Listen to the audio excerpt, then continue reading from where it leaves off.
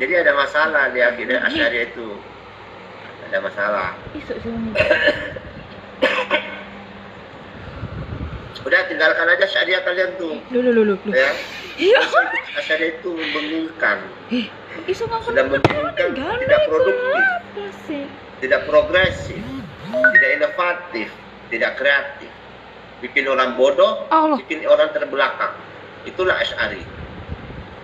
Nah, makanya NU nggak maju-maju itu karena dia Asy'ari terlalu kuat.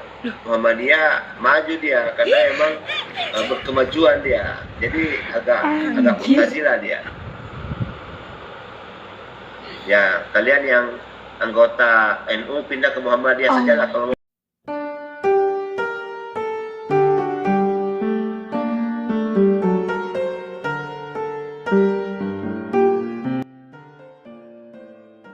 Bismillahirrahmanirrahim.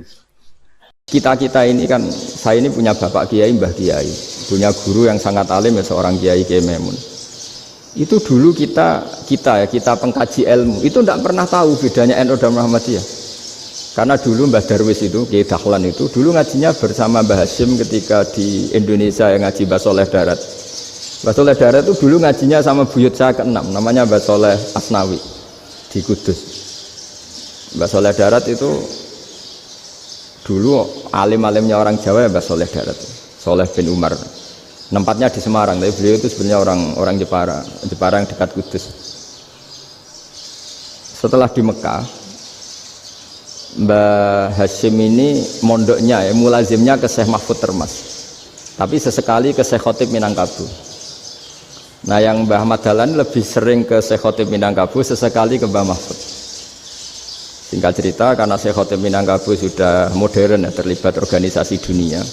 Pas itu beliau pengagum Muhammad Abduh, pengagum Rasid Ridho, sehingga bawaannya Mbah Dahlan itu lebih pergerakan karena beliau lebih mengidolakan Syekh Khotib. Nah, Syekh Khotib sendiri sebenarnya orang Minangkabau. Jadi beliau namanya Muhammad saja sebenarnya. Jadi menantunya orang Arab. Oh, itu dicibir mertuanya ini karena punya mantu orang Jawa, orang ndak Arab.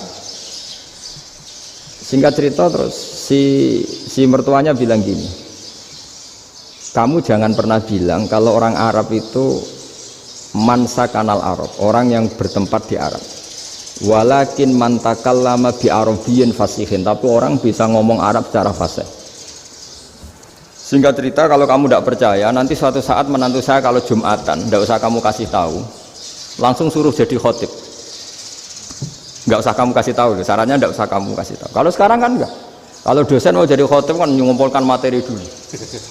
Lucunya diantara materinya itu dari TV, makanya jadi ribet kan khutbah sekarang.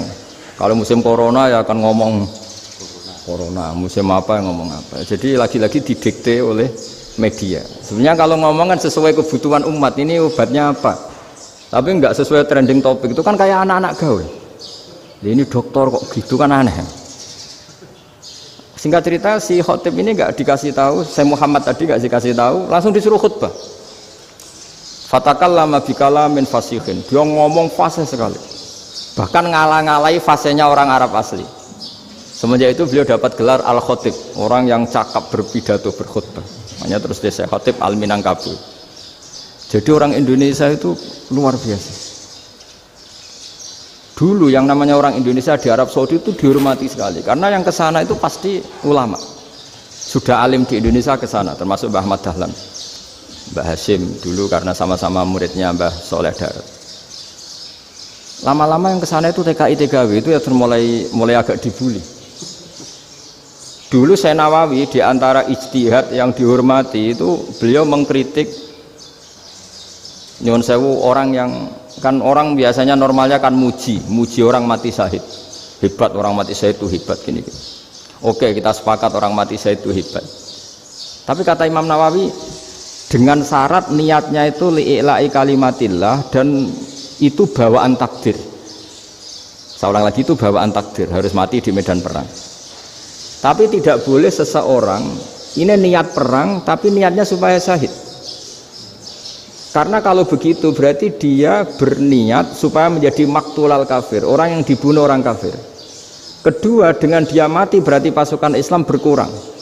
berarti dia ingin pasukan berkurang, hanya ambisinya dia ingin langsung ke surga. Misalnya pasukan orang Islam itu 10, orang kafir 10. Kalau kamu ingin syahid berarti mati 1 kan, tinggal 9 kan. Nah kalau yang seperti itu 10 kan mati semua. Gara-gara ingin syahid akhirnya perangi rapati tenanan, benang mati, benang mlebu swarga. Kata Senawawi, ya enggak.